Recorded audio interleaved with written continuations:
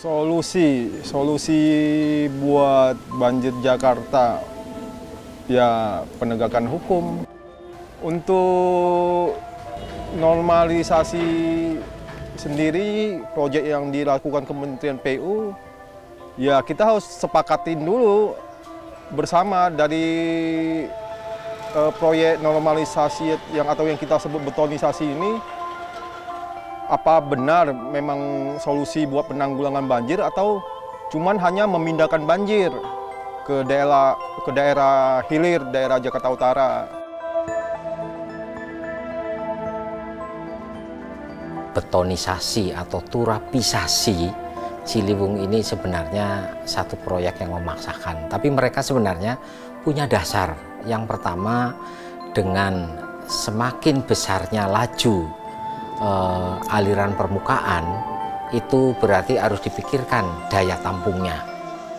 Tapi normalisasi ini akan keliru karena apa?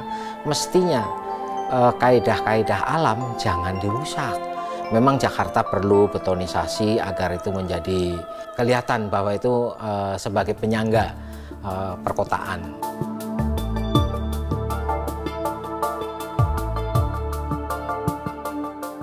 Paling tidak, bagaimana mengurangi dampak banjir yang ada terjadi selama ini.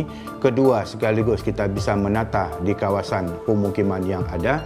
Yang ketiga itu kita coba membuat ruang-ruang terbuka hijau, terutama untuk kondisi yang bagaimana disebut dengan tata ruangnya sungai. Jadi ada beberapa dampak ikutan yang kita lakukan, dan yang keempat, kita merencanakan menambahkan rasio jalan yang ada.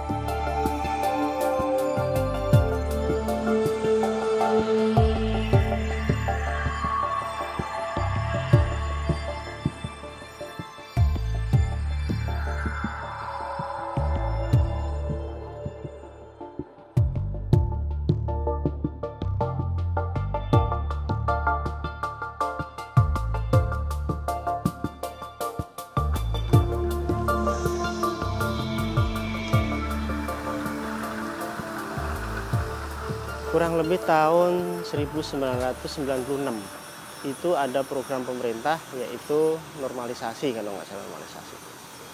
Nah, normalisasi itu dengan adanya akan dibikinnya tanggul, sehingga mau nggak mau masyarakat di lingkungan di pinggir kali itu harus berpindah karena kena normalisasi. Nah, terlaksananya pada tahun 96 itu terlaksana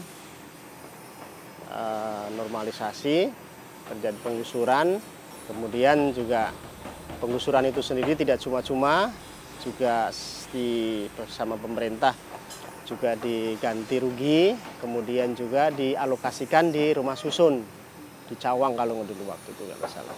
Iya, di sini kan kalau udah banjir penuh juga di sini. Cuma masalahnya kan sampah harus selalu bersih.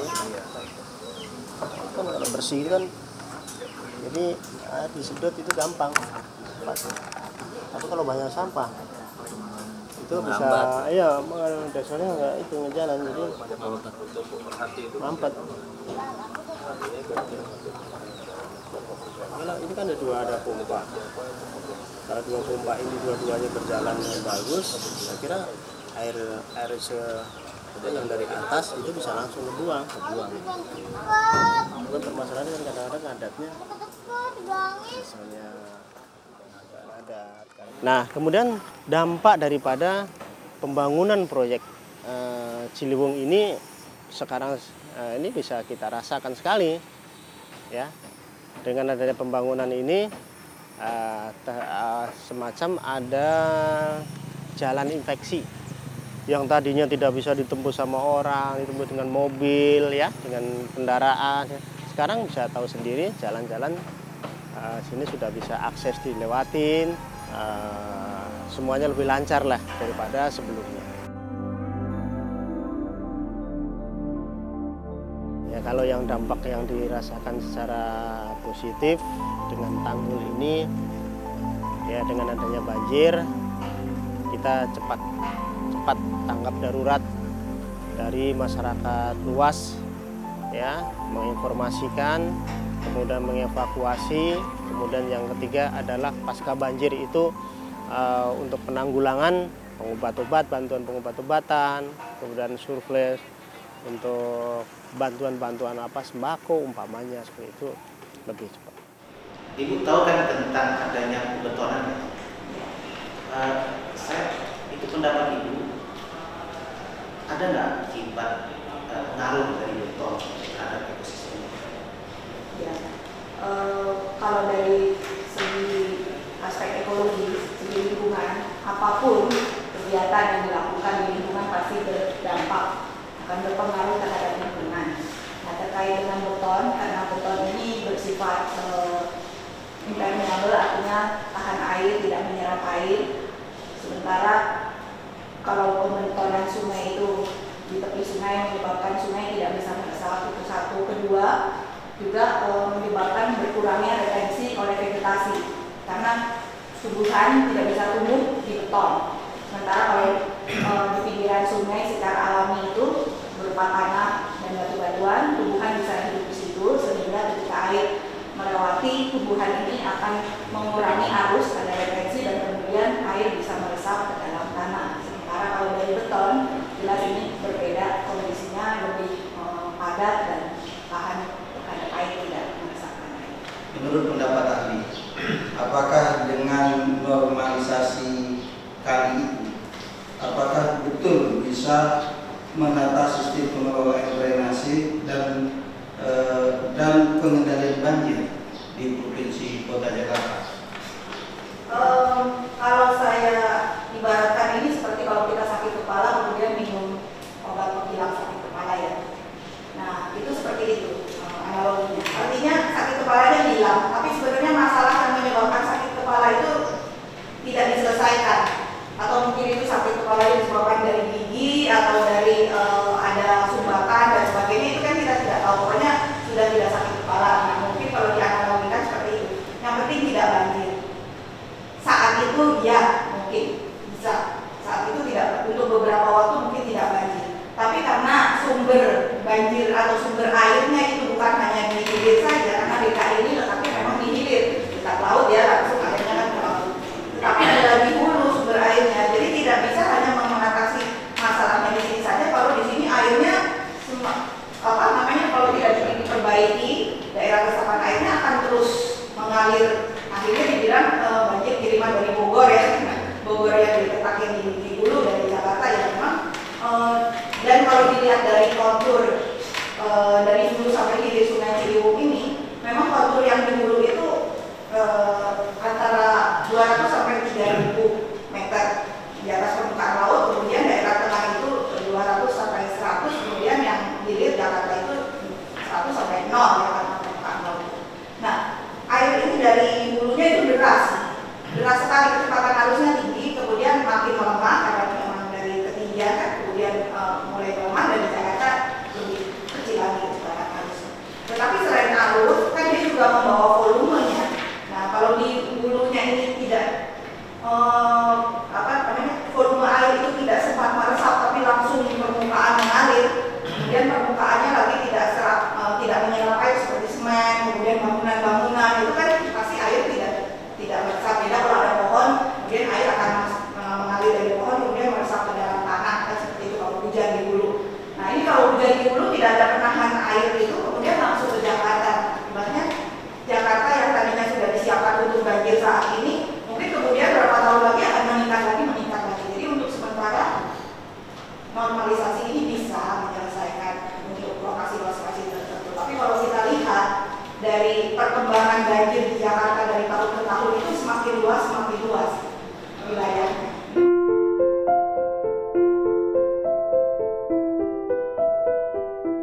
Persoalan sebenarnya ya kita harus memakai konsep DAS, Catchment Area Watershed.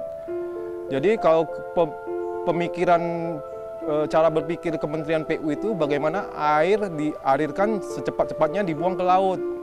Padahal itu salah, karena air dibutuhkan oleh semua orang, semua makhluk. Jadi sungai itu harus memberi kehidupan semua tempat yang dilaluinya sebelum nyampe ke laut. Karena itu bagian dari siklus air. Tidak bisa dengan cara pembangunan infrastruktur yang akan mempercepat siklus air ini itu juga tidak bagus. Yang satu lagi yang kita harus sepakati dulu bersama, dari mengarti namakan normalisasi sungai.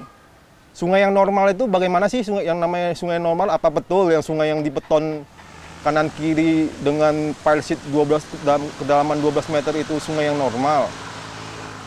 Ya kalau untuk pendekatan konstruksi pembangunan struktural beton sih di negara-negara luar sih tahun 90-an sudah ditinggalkan.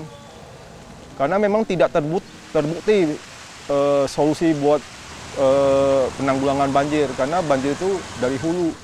Jadi biaya di luar negeri itu, biaya pencabutan beton itu lebih mahal daripada biaya pemasangannya.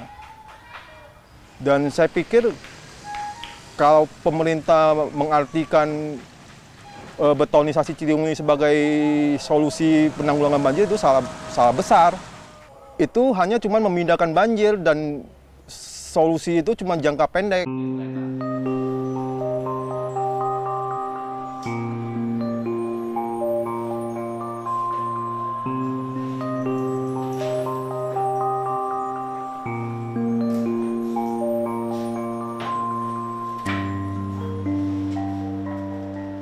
Apa yang dilakukan oleh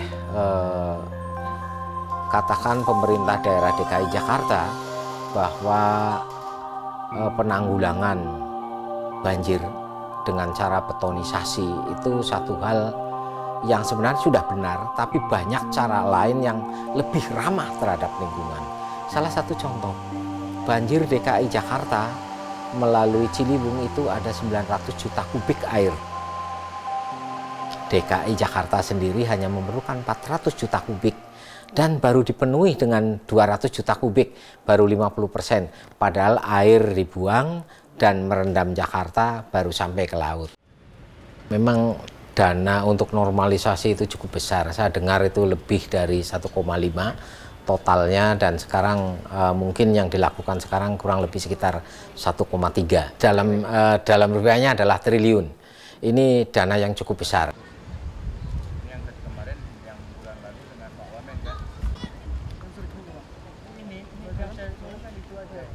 Saya luruskan bahwa normalisasi Ciliwung sedang kita lakukan, kita tidak mengerjakan dengan angka signifikan begitu. Ini lebih kurang sekitar untuk kondisi sampai 2016, kegiatan itu kita alokasikan sebesar 1,18 triliun.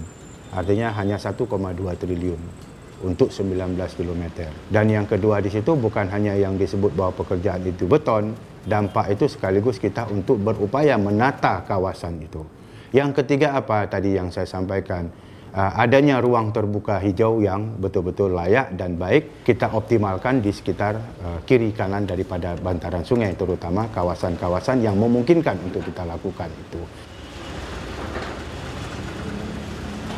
Jadi gini, untuk kondisi betonisasi bukan kita membuat seperti dinding rumah kedap, dia seatbelt dipasang dengan kondisi ada ruang di antara itu, ya. Jadi mungkin betonisasi tidak dikatakan rigid sepanjang sungai, dia itu seatbelt dipasang. Ini ada celah di antara itu, dan bawah kan tidak dibeton. Dasar sungai kan tidak dibeton. Jadi yang disebut dengan aliran itu dia akan mencari aliran air itu sesuai dengan alamiah daripada aliran itu sendiri. Dan tidak bisa kita merekayasa dia harus lewat sini air, tidak bisa. Karena garis daripada alamiah aliran air dalam tanah sudah terbawa sebagai alamnya dia. Nah, selanjutnya juga masalah kondisi yang selama ini kita kurang terkendalinya penjagaan kawasan-kawasan tangkapan air, ya. Jadi normalisasi itu adalah bahagian yang dilakukan terhadap satu permasalahan yang sudah terjadi dari dulu sampai dengan saat ini. Kedua itu paling tidak sudah mulai saatnya kita menghilangkan pengelolaan kawasan-kawasan terutama tangkapan air selain untuk kebutuhan daerah tangkapan air. Yang ketiga mungkin kita memperbanyak ruang-ruang terbuka hijau, itu juga mengembalikan fungsi daerah-daerah tangkapan air. Dan yang keempat mungkin bagaimana semua pihak, bukan hanya masyarakat yang mendiami daripada sungai itu, semua pihak peduli terhadap sungai. Termasuk tuh dampak yang negatif saya kira bagaimana pemerintah tadi bisa punya aturan, namun demikian harus sampai ke bawah dan masyarakat harus tahu bahwa aturan-aturan pinggir kali itu begini-begini, direalisasikan secara nyata, terus dipantau, jangan mandek. Ya kalau pengurusnya pegawainya ganti ya diganti teruskan, aturannya kan tetap harus jalan. Makanya kalau tidak ada penegasan dan aturan-aturan yang dibuat oleh pemerintah, saya kira pasti ada.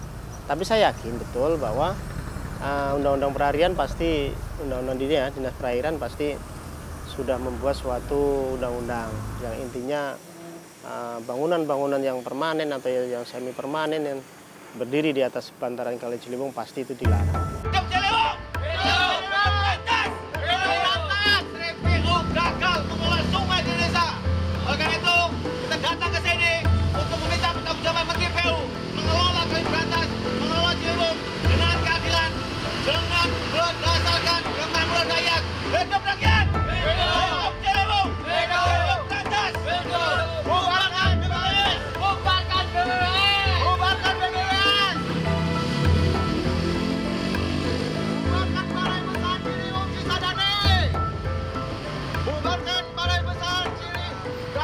Kita juga masih kurang jelas ya informasi, karena memang Kementerian PU itu keterbukaan informasi itu juga sangat minim, detail perancangannya seperti apa, dan bahkan AMDAL-nya juga belum ada, padahal pengerjaan itu sudah dimulai tahun lalu Desember 2013 sampai sekarang itu. Ya masa sih proyek nasional buat kepentingan ibu kota Indonesia, ketahanan ibu kota itu nggak ada AMDAL-nya, kan cukup memalukan. Yang sangat kita sayangkan banyak pelanggaran-pelanggaran sempadan sungai itu yang dilaporkan sejak 2012 itu tidak ada tindak penegakan hukum, itu sangat tidak ada okupasi sempadan sungai oleh daerah komersil, daerah hulu, daerah tengah, oleh komplek perumahan mewah, itu tidak ada penegakan hukum.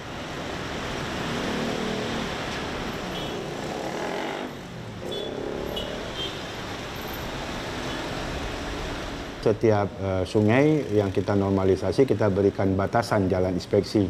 Terus nanti ada seperti drainase yang tidak, lahan tersebut yang tidak bisa siapapun untuk kepentingan apapun mengokupasi lahan itu. Jadi sudah diberikan jarak itu. Nanti kita pasti paling tidak pemerintah daerah akan menata ruang-ruang itu terhadap kebutuhan apa ruang itu digunakan. Apakah untuk kegiatan fasilitas umum, hunian, dan untuk lain-lain.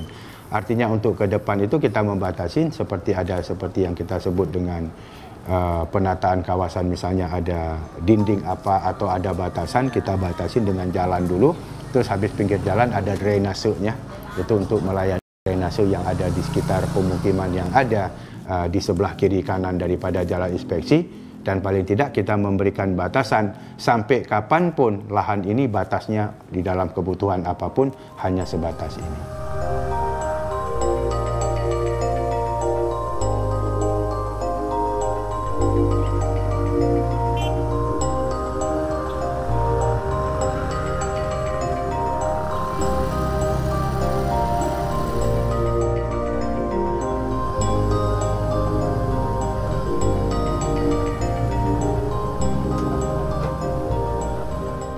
Di masa yang akan datang, dengan adanya Kepres 32, PP 38 tahun 2011, ini mestinya merupakan rambu-rambu bahwa masyarakat tidak boleh.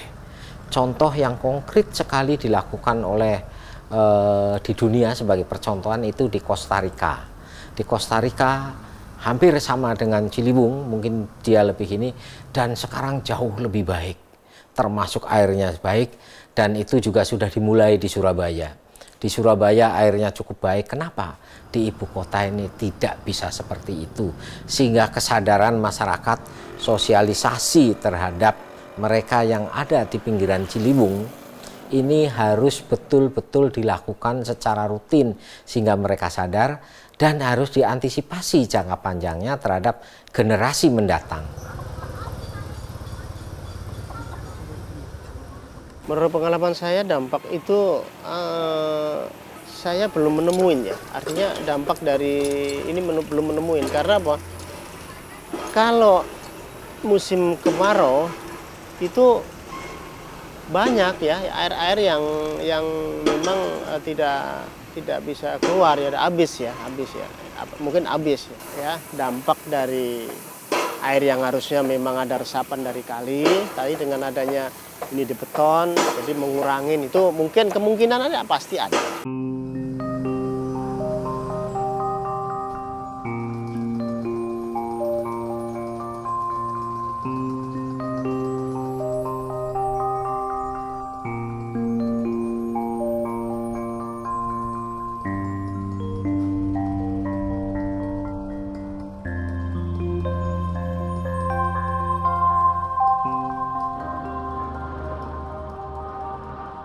Ya beton apapun intervensi asing itu ya tidak bagus buat sungai, baik di hulu, apalagi di daerah hulu, daerah atas itu sangat tidak bagus.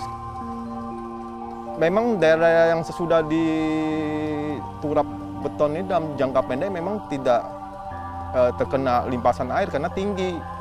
Cuma kan itu cuma memindahkan banjir yang ke masyarakat di daerah di bawahnya yang menerima dampak. Jadi ya bagi saya tidak adil aja, itu cuma memindahkan masalah, bukan solusi dari banjir.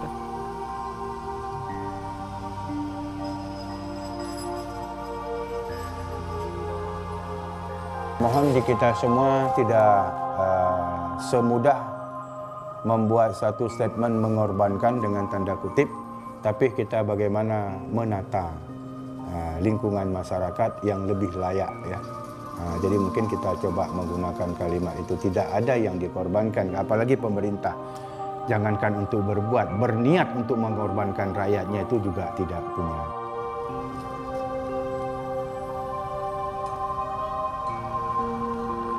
Penyadaran, pemberdayaan atau sosialisasi masyarakat ini menjadi penting. Bagaimanapun juga kita negara hukum, mestinya kita juga harus menyadari bahwa aturan, kebijakan, rambu-rambu itu harus dipatuhi.